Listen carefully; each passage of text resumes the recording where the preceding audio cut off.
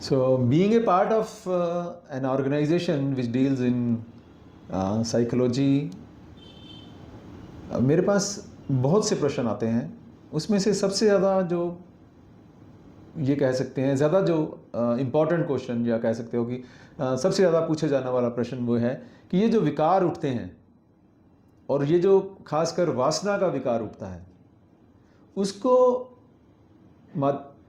ध्यान के माध्यम से कैसे हैंडल किया जाए, जी या आप ये भी कह सकते हैं उसको कैसे हैंडल किया जाए। जी जी देखिए, ये तो मेरा खुद का अनुभव रहा है क्योंकि हम 2013 से लगातार दिल्ली में काम कर रहे हैं और हमारे पास सबसे ज़्यादा यही सवाल आया है कि जब भी वासना का वेग उठता है तो क्या करें? तो आज इसीलिए हम इस पर वीडियो बना रहे हैं। क्योंकि देखो, जब वासना का वेग उठा, क्या होता है? सेंसेशंस यानी संवेदनाएं बहुत बढ़ जाती हैं। रिप्रोडक्टिव ऑर्गन्स पर बहुत ज्यादा बढ़ जाएंगी। रिप्रोडक्टिव ऑर्गन्स के आसपास जो भी बॉडी पार्ट्स हैं, जैसे थाइज हैं, हिप्स हैं, बैक है, वहां पर सेंसेशंस बहुत बढ़ जाती हैं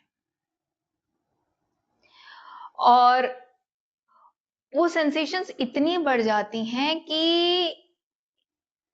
एक जो सामान्य बुद्धि हमारी हर परिस्थिति में रहनी चाहिए, जो सामान्य निर्णय शक्ति रहनी चाहिए, वह नहीं रह पाती।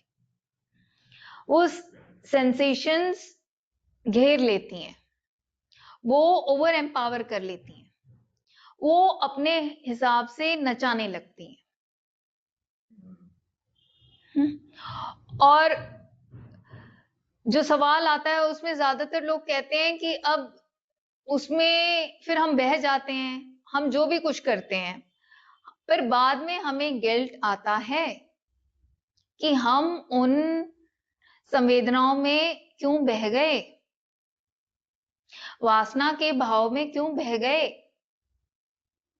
हम अपने आप को रोक क्यों नहीं पाते, हम अपने आप को कैसे रोकें। तो देखिए, सबसे पहले तो हमें लगता है कि ये जो वासना है ना, ये प्रकृति ने हम में डाली है, ये प्राकृतिक है। तो सबसे पहले तो मैं आपकी इस गलत फहमी पर प्रहार करना चाहती हूँ,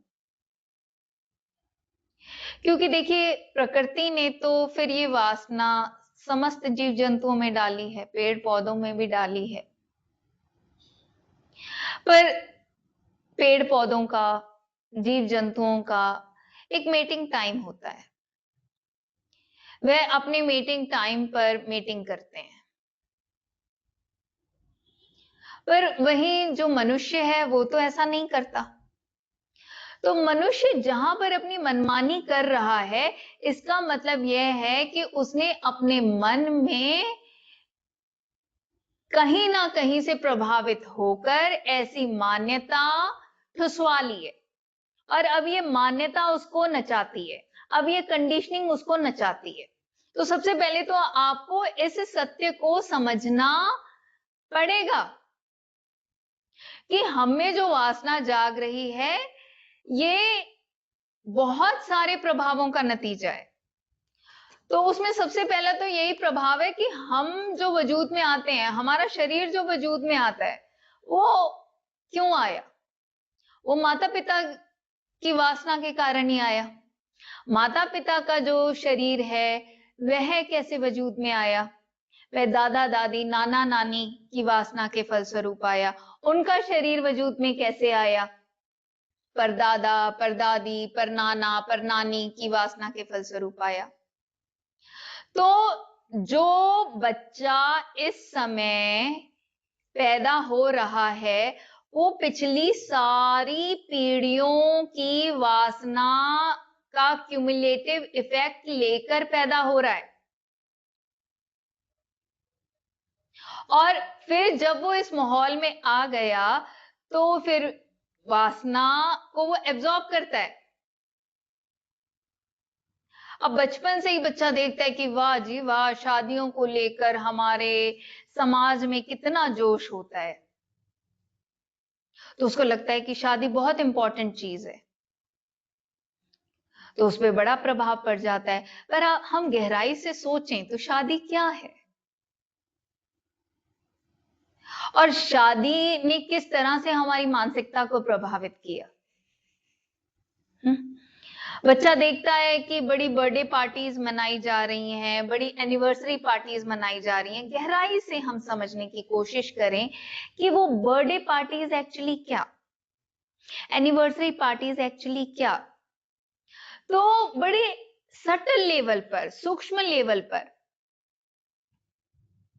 वो वासना के इसी विकार को अपने अंदर एब्जॉर्ब करता जा रहा होता है, और जो ऑलरेडी उसके अंदर वासना है उसको और मोटा करता जा रहा होता है। और फिर रही सही कसर हमारे हॉलीवुड की, बॉलीवुड की फिल्में निकाल देती हैं, उनके गाने निकाल देते हैं। एक एक गाना, फिल्में, उसमें वासना को और बढ़ाते जाते हैं, और बढ़ाते जाते हैं। फिर उस पे प्यूबर्टी आ जाती है। जो मेरा प्रश्न था वो ये था कि इस वासना के विकार को, इस विचार को हम माध्यम से, ध्यान के माध्यम से कैसे हैंडल कर सकते हैं? हाँ, तो वही तो बता रही हूँ ना कि पहले समझना होगा ना। ध्यान कोई आप समझिए कोई जादू की छड़ी तो होता नहीं है। ध्यान में बहुत गहराइयों से काम करना होता है। ये सारी जो वासना तैयार की, इसकी जो इतनी सारी परतें बना ली, लेयर्स बना ली, उन लेयर्स को काटना है, उन लेयर्स को खत्म करना है, उनको छिन्न भिन्न करना है। तो वो बिना समझे कैसे हो जाएगा? बिना ज्ञान के गति कैसे हो जाएगी? तो वही तो हम समझ रहे थे कि वासना कैसे तैयार होती है। अब बच्चा प्यूबर्टी तक पहुंच गया। अब प्यूबर्टी में अब उसके शरीर के हार्मोन्स उसको परेशान कर देते हैं।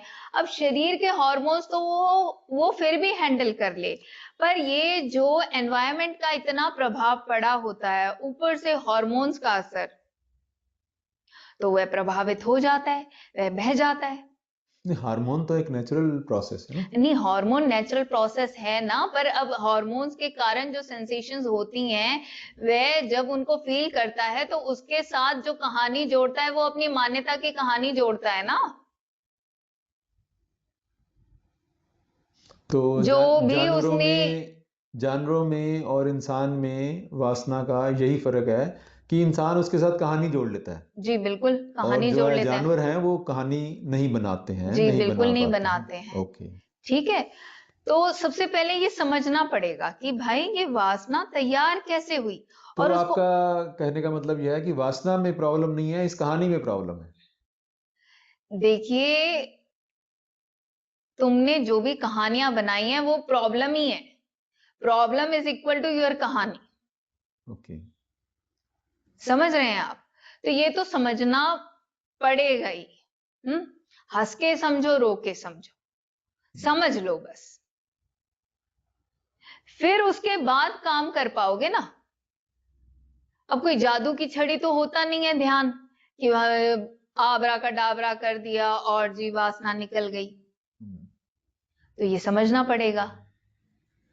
अब जब ये समझ लिया, फिर कभी वासना जागी, तब आपने क्या करना है? आपने अपनी सांस को जानना है, क्योंकि जब भी वासना का विकार जागता है, वासना चित्त पर जागती है, तो जो सांस है ना, उसकी रिदम चेंज हो जाती है, क्योंकि एक हमें सहज सांस आती है, पर जब विकार जागता है तो सांस की गति बढ़ जाती है। तो उस वक्त अपनी सांस को देखना है। उसको छेड़खानी नहीं करनी उसके साथ, बस जैसी वो है उसको देखना है। हर आती सांस को देखना है, हर जाती सांस को देखना है, सांस तेज है ये जानना है, सांस कैसी है ये जानना है। आपका हम मतलब लंबी जो लंबी है, सांसें ले रहे हैं वह जानना है, हम गरम गरम सांसें ले रहे हैं छोड़ रहे हैं यह जानना है। तो इस तरह से लगातार अपनी सांस को देखना है, यानी और आपके लगातार तुम इन सांसों को देखते रहोगे, जानते रहोगे, तो थोड़ी देर में क्या होगा, 3 4 5 मिनट में, 10 मिनट में सांस जो है सरल हो जाएगी, सांस जो है सहज हो जाएगी। और तब तुम क्या देखोगे कि अब वह विकार चला गया, वासना चली गई। और एक बार ऐसा हुआ तो वह तुम्हारी विक्ट्री है, विजय है। दूसरी बार हुआ ऐसा तो अब तुम्हें खुद याद आएगा कि भाई मैंने ना सांस पर ध्यान लेके जाना है, फिर लेके जाओ सांस पे ध्यान। तो अगर पिछली बार जो है 10 मिनट में सांस सहज हुई थी, तो इस बार 8 मिनट में, 9 मिनट में हो जाएगी। अब तीसरी बार जब वासना जागेगी, तुम्हें याद आ जाएगा कि सांस पे ध्यान लेके जाना है। तो अब वो समय जो है वह और कम हो जाएगा, 5-6 मिनट रह जाएगा। फिर धीरे धीरे क्या होगा तुम्हारे साथ कि जब भी वासना जागेगी, तुम्हारा ध्यान जो है अपने रिप्रोडक्टिव ऑर्गन्स पर नहीं जाएगा, सेंसेशंस पर नहीं जाएगा, तुम्हारा ध्यान अपनी सांसों पर जाएगा। और उससे क्या होगा, अपने ऊपर कंट्रोल आ जाता है, अपने ऊपर कमांड आ जाती है। ध्यान तो जब वासना जागती है तो ऑर्गन्स पे जाता ही है, तो बेसिकली हमें करना क्या है कि ध्यान को हटाकर सांस पे लेके आना है। जी, क्योंकि आप देखिए ना, जब भी वासना जागती है तो वासना बेसिकली क्या है, लालच है। हमारी जो वासना है ना मनुष्यों की, वो लालच है कि मेरे को ये चाहिए।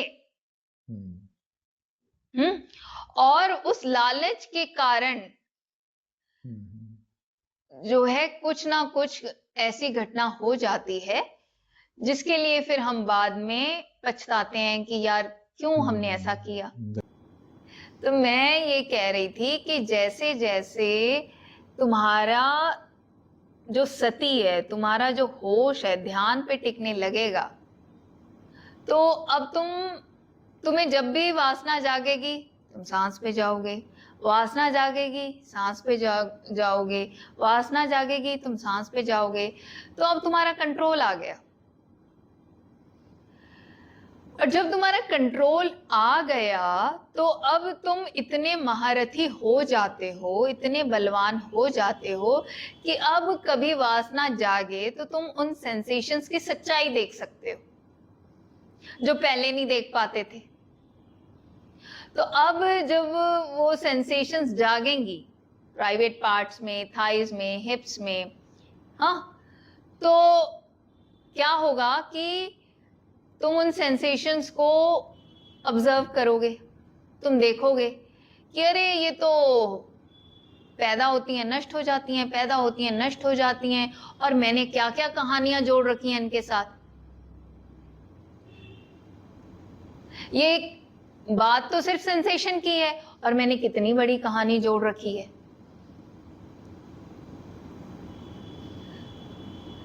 तो फिर इस तरह से कुदरत के सारे रहस्य प्रकट होने लगते हैं और इस तरह से हमारी मान्यताओं के जो सच हैं वो प्रकट होने लगते हैं। जो ब्रह्म का आचरण है यानी ज्ञान का आचरण है, वो फिर हमारी व्यवहारिकता में आने लगता है। पर ये करना पड़ता है, ये शुरू सांस से ही होगा। अब जैसे कुछ लोग कहते हैं कि हम तो जी कोई मंत्र पढ़ लेते हैं या जप कर लेते हैं और हमें इससे लाभ हुआ है। मैं बिल्कुल आपसे एग्री करती हूँ कि आपको उस मंत्र से या जप से लाभ हुआ होगा, पर वह जो लाभ है वह टेम्पररी है। किसी दिन वासना इतनी सिर चढ़ के आएगी, नहीं कंट्रोल कर पाओगे, जितना मर्जी उस मंत्र को करने की कोशिश करो, क्योंकि उस मंत्र ने दबा दिया उसको। अब वासना की तो परतें हैं जो आपको बताया, जो माता पिता से, नाना नानी, दादा दादी, परदादा परदादी, परनाना परनानी से आई हैं। वासना की जो परतें हैं बाहर के एक्सटर्नल एनवायरनमेंट से प्रभावित होकर आई हैं। इन परतों को खत्म करना है भाई, और इन परतों को खत्म करने के लिए समझ चाहिए, होश चाहिए। तो समझ तो जितना हम ज्ञान को धारण करेंगे तभी आएगी ना। और ऐसा नहीं है कि इस वासना पर लोगों ने विजय प्राप्त नहीं की। इसी भारतवर्ष में हमारे पास बहुत सारी ऐसी एग्जाम्पल्स पड़ी हैं। पर ये करने से होगा, और ये एक दिन में नहीं होगा, क्योंकि ये प्रोग्रेसिव प्रोसेस है। हम आज से शुरू करेंगे तो 1 हफ्ते में, 2 हफ्ते में कंट्रोल आ जाएगा 1 से 2%, और आगे करते जाएंगे तो 5 से 10% आ जाएगा, और धीरे धीरे 6-7 महीने में हम देखेंगे 40-50% आ गया। तो इस तरह से ये लगातार काम करने से हमारा खुद पर कंट्रोल बढ़ता जाएगा, पर ये करने से होगा। तो आपका मतलब यही हुआ कि वासना को कंट्रोल किया जा सकता है, और दूसरा ये वासना आपको सत्य की गहराई तक भी ले जा सकती है। देखिए, मैंने ये नहीं कहा कि वासना को कंट्रोल किया जा सकता है, मैं तो ये कह रही हूँ वासना को खत्म किया जा सकता है। ओके, तो मैं अपने शब्दों को चेंज करता हूँ कि वासना को खत्म किया जा सकता है और सत्य की गहराइयों तक भी पहुंचा जा सकता है इसी बिल्कुल बिल्कुल। वासना की वो सेंसेशंस हमें बिल्कुल सत्य तक लेके जा सकती हैं अगर हम उनको ईमानदारी से देखेंगे। पर अगर हम उन सेंसेशंस में बह जाएंगे, उनके साथ कोई कहानी जोड़ देंगे, तब फिर वो हमें जो है नर्क के दरवाजे भी दिखा सकती हैं। वो नर्क के दरवाजे यही तो होते हैं कि तुमने नासमझी में, बेहोशी में शादी कर ली और अब पछता रहे हो। नासमझी या बेहोशी में कोई गर्लफ्रेंड बॉयफ्रेंड बना लिया और अब जो है उससे तुम्हारी जान ही नहीं छूट रही है ना। तो ये हम पे डिपेंड करता है कि हमारी बॉडी में जो भी सेंसेशंस होती हैं, हम उनसे जो है अपने लिए मुक्ति तैयार करना चाहते हैं या हम बंधना चाहते हैं, ये हम पे डिपेंड करता है। धन्यवाद जी, धन्यवाद। अब मैं आशा करता हूँ उन सभी स्टूडेंट्स को जिनके ये प्रश्न थे, उनको उनका जवाब मिल गया होगा। धन्यवाद। अगर आप भी शुद्ध सांस पर काम करना सीखना चाहते हैं तो नीचे कमेंट्स में जो कमेंट पिन किया हुआ है उस पर जाएं।